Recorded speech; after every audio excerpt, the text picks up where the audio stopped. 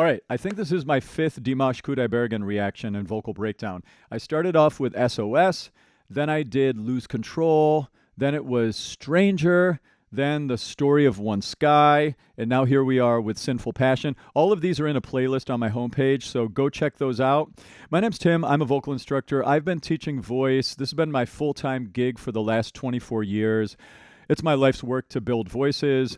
Before that, I was a professional opera singer, professional musical theater singer.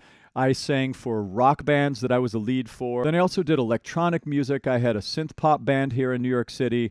I've been all over the place vocally, but I realized that all of that was for me to collect all of this understanding and skill to become a voice teacher of multiple styles and to break down stuff for you all here on YouTube. This channel for me is kind of an opportunity for me to build up a hub where I can celebrate great music, great artists, help out new artists that are coming up by reacting to them, bringing them up, and also some of the students that I work with in my studio, providing a platform for them to launch their careers. So this channel has been super exciting for me. If you like this content, subscribe, click the notification to stay up to date on my latest stuff. I like to react to really cool, interesting singing.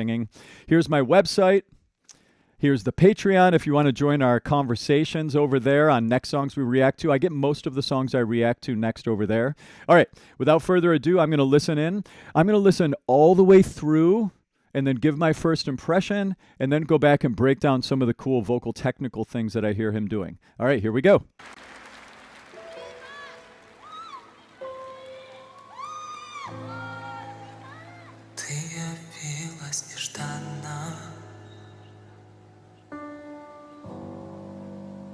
Как из лунного сна. О, если б знала ты, что мне нужна, только ты одна.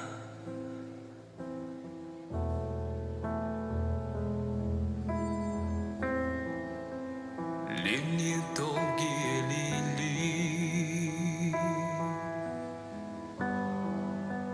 были ночи без сна, но в стуже сердце озарило, как весна. Только ты одна.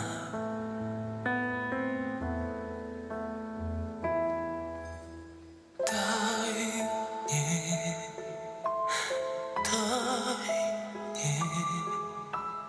долгим огнем пылать во мгле и в ненастье.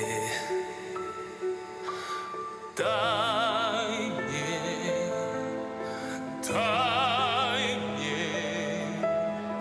ночью и днем сгорать в костре грешной страсти.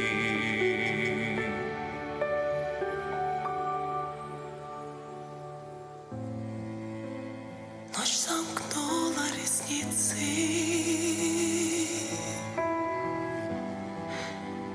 и вокруг тишина.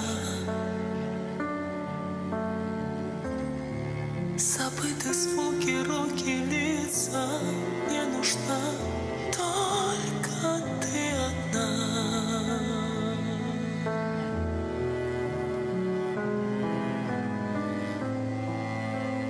Околдован тобою,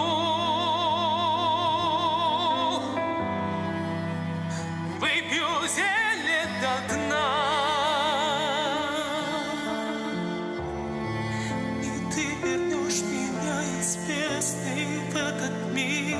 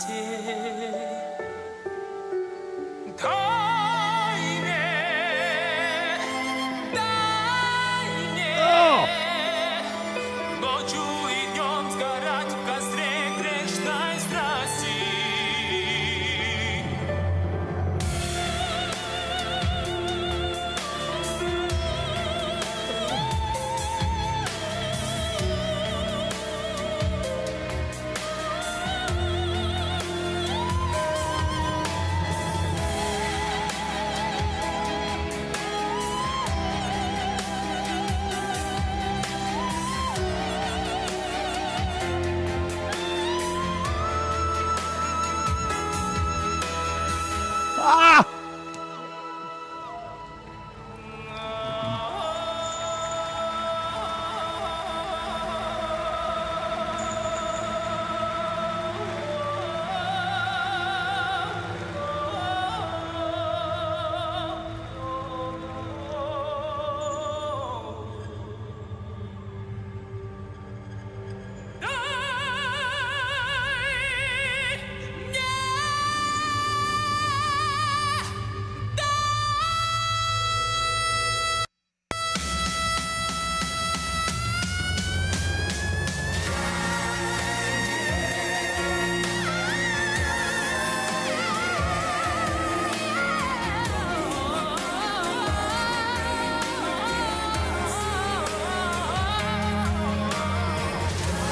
What?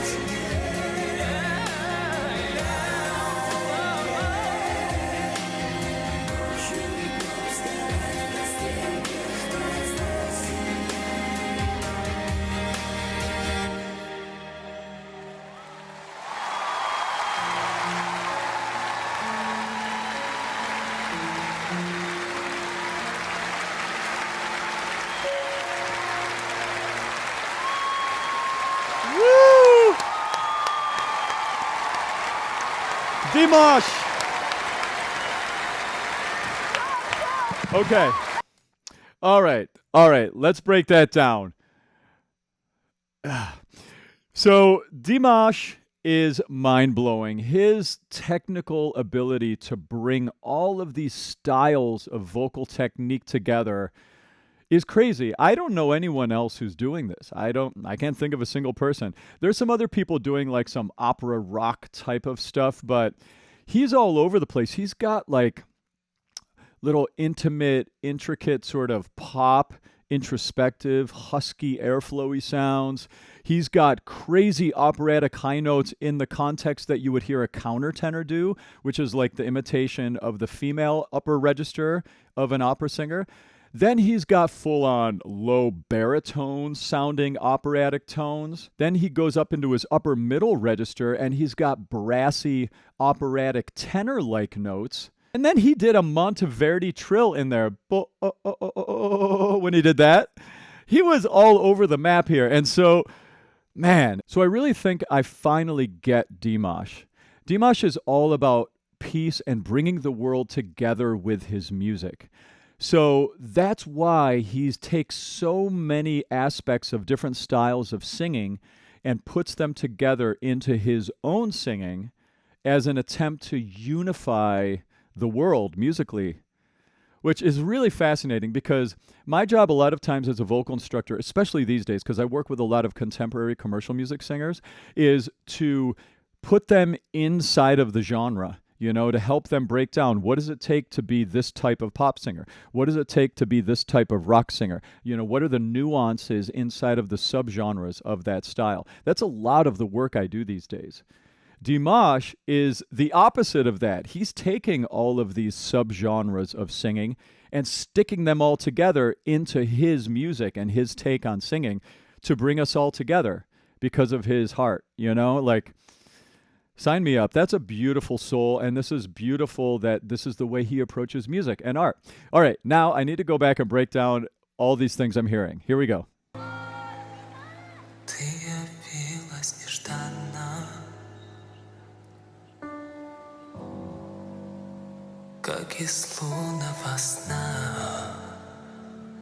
All right, so right here, he's using a lot of airflow through his tone. And the way you get that is you just let your vocal fold slightly abduct. You just let a little bit of airflow through your tone, get really close to the mic, lean into that airflow, give a little bit of compression, which is the activation of the cinching of the pharynx, which is the space just above the larynx. Da, da, da. We just have airflow and a little bit of squeeze. Every once in a while, he's bringing in a little bit of creaky doors sound to give a little bit of angst and grit. What a beautiful tone. О, если б знала ты, что мне нужна, только ты одна. So notice in the first couple phrases, he didn't bring in any vocal fry or thickening of the vocal folds. He just started off with a nice little airflowy light sound at first. Ты явилась нежданно. Notice on this phrase, he just started with airflow. He didn't bring that vocal fry with thickening up into the airflow sound.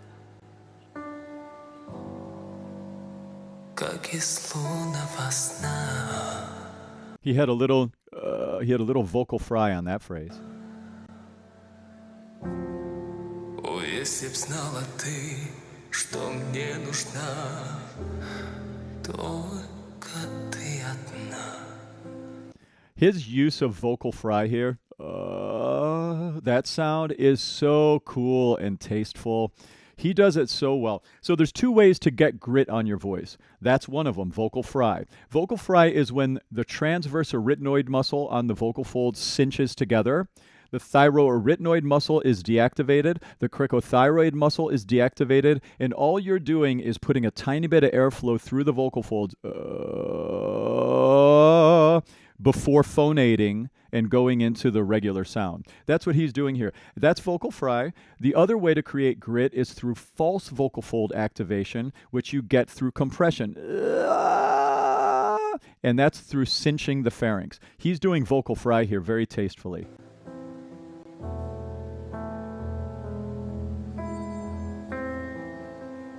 Линии долгие лилии. Same thing there. Были ночи без сна. Also, notice how he's putting his vibrato off to the end of the long-held notes and phrases here at this point. That's a very common thing to do in contemporary commercial music singing, which is where his vocals are leaning at the moment as far as stylistically goes.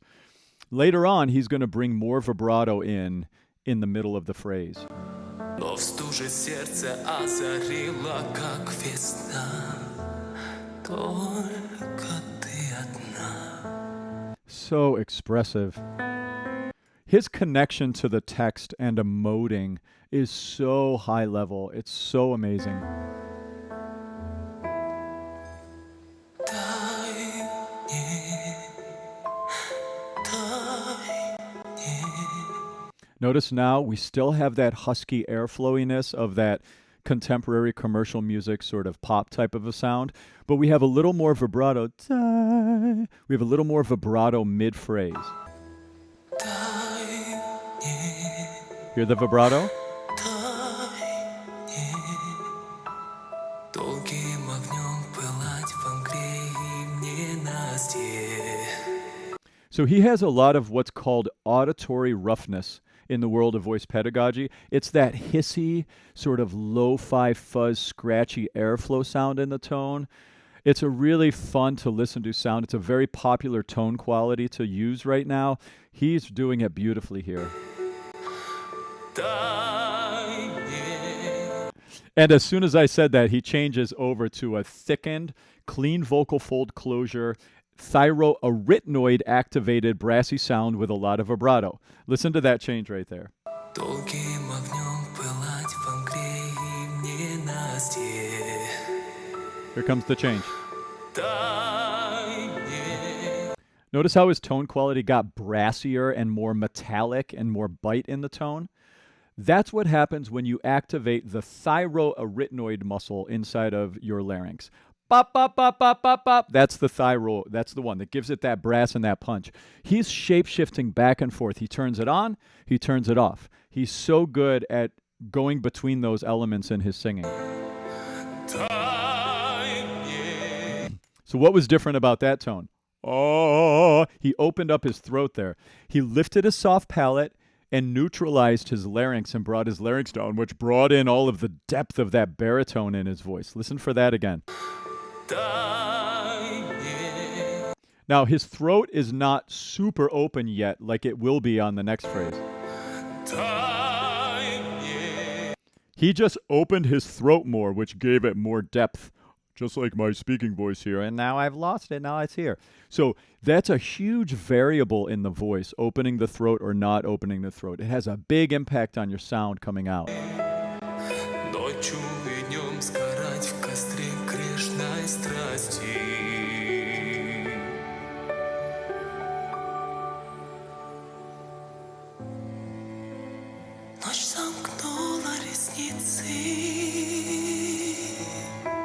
Now he's jumped up into his upper register. His larynx has elevated, da-da-da, which creates a lighter tone. He still has his vocal folds abducted, so there's a lot of airflow coming through the folds.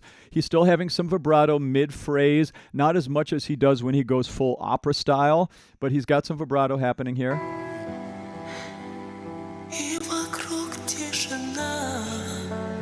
See the vibratos at the end of long-held notes and phrases now. Notice how he changes that throughout the singing.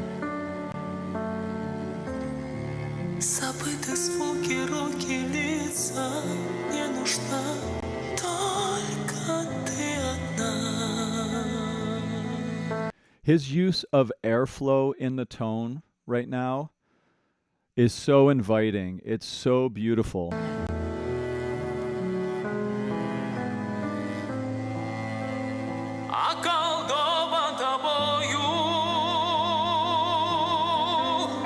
Now we're in a whole different tone. Did you hear him? He really gripped down on the vocal fold closure of that phrase. Activated the thickening, activated the brass in the tone. Now we've got more vibrato. We've got more subglottic air pressure. Woo! Here we go.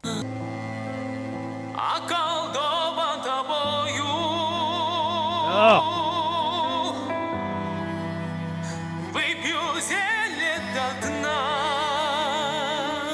Notice when he went up to that high note, he didn't go for it in an open throat operatic way. He went for it more in the way that like a pop singer, like a Freddie Mercury or somebody might go for. Listen for that.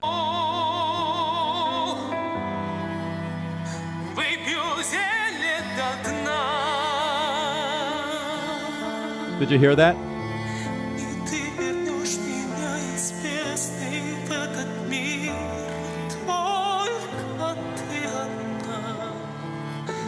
Beautiful.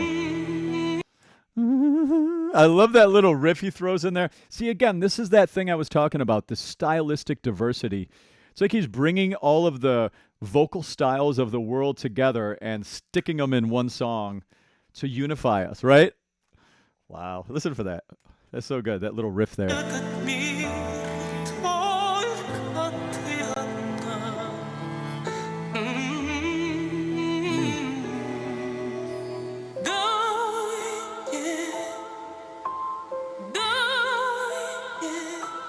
Oh, that's so hard to do, what he's doing right there. He's starting off in a brassy, sort of a semi-thickened tone up there. He's in a mix. He's got a little more thickening and brass on the tone. Then he releases the thickening and goes into a lighter mechanism sound as he brings the vibrato in, but crazy high. After he's been way down in the lower part of his voice, listen for that coordination right there. Did you hear that? Did you hear that? It's like brassy and bright, and then he releases and decrescendos with such control. There's only one other singer I know that's so fluent up there doing that, and that's an old opera singer from back in the day, Franco Corelli. If you're an opera nerd, you probably have heard of him already. He was able to do that decrescendo up on a B flat from full voice, operatic voice, all the way to falsetto and out. Dimash has that same coordination.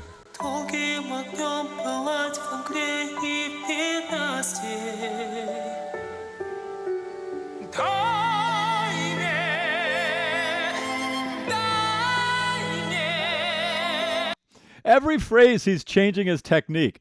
So the first note was operatic. His throat was open. It was pure opera. Then this phrase, he got more contemporary commercial music with da. He let his larynx elevate. He made the vowel more lateral, completely changed it. Listen to that. Wow. That's opera. Pop.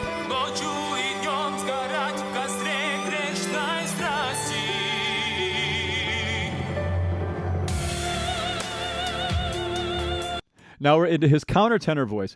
In his countertenor voice, what he's doing, how you do that?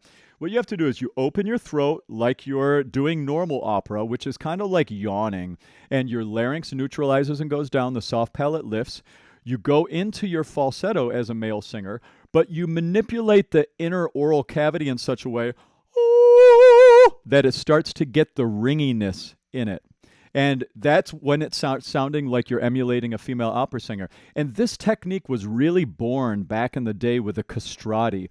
Castrati were young boys who had beautiful voices that then were castrated to try to preserve their beautiful voice into adulthood. It was a really barbaric practice back in the day, but that's what started this countertenor thing that we now have. And there's this movie Farinelli, which is about this famous castrati. It's an incredible artistic movie. I highly recommend checking it out if that's something you're curious about. But Dimash is able to access his countertenor technique here so beautifully.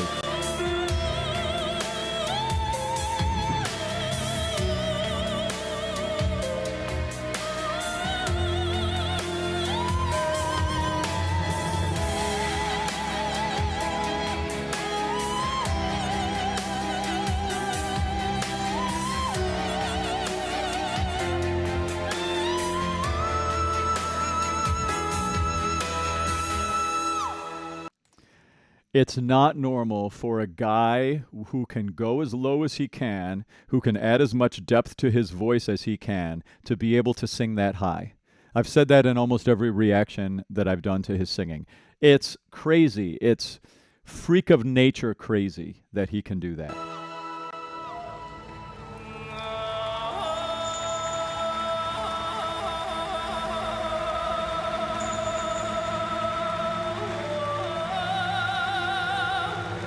So that little stuttery thing that then speeds up, I was taught in grad school that that's called a Monteverdi trill.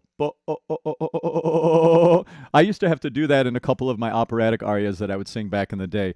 It's so cool that he mixed that in. He's literally doing everything. He's got vocal fry, he's got the husky pop sound, he's got high operatic notes, he's got high rock pop notes, he's got countertenor high notes, and now we've got a Monteverdi trill and some like Middle Eastern wailing type of sounds coming up here next. Again, he's bringing the world together with mushing all of the vocal techniques of the world into one song.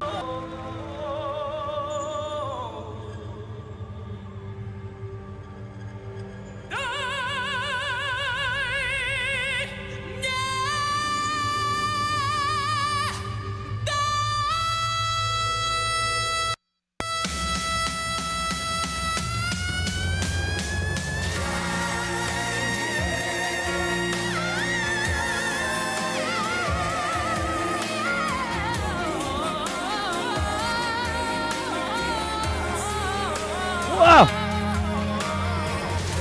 So that breath, that was all on one breath right there. Did you notice that? How did he do that? Here's how he did that. When you're in a brassy tone, when you have a lot of adduction of your vocal folds, when your vocal folds are really tight and closed, and you have a decent amount of thickening, you put air pressure against the vocal folds, but not a lot of air comes through because the valve is closed. Bop, bop, bop, bop, bop. I can hold that sound for a really long time because there's not a lot of air being allowed through it. But a sound like this, yeah, yeah, yeah, that sound I would run out of air in 2 seconds. Dimash has his vocal folds locked down. He has a lot of containment of his airflow, which is giving him the ability to hold that note forever right there. Check that out.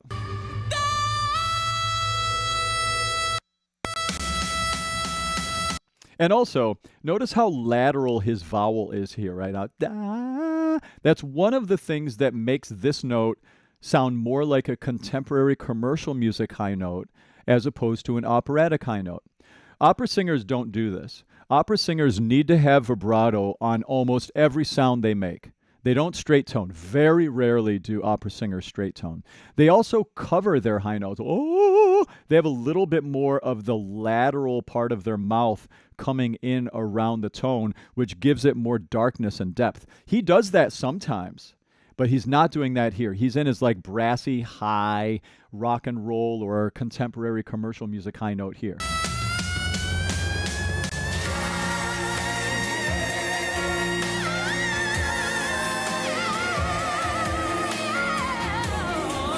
Oh.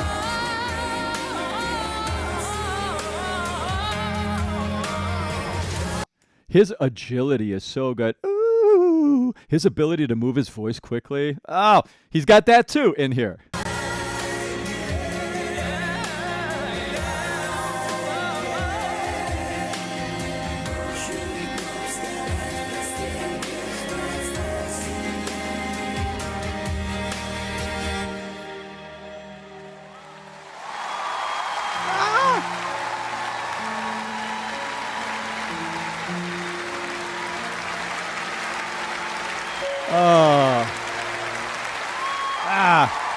Okay.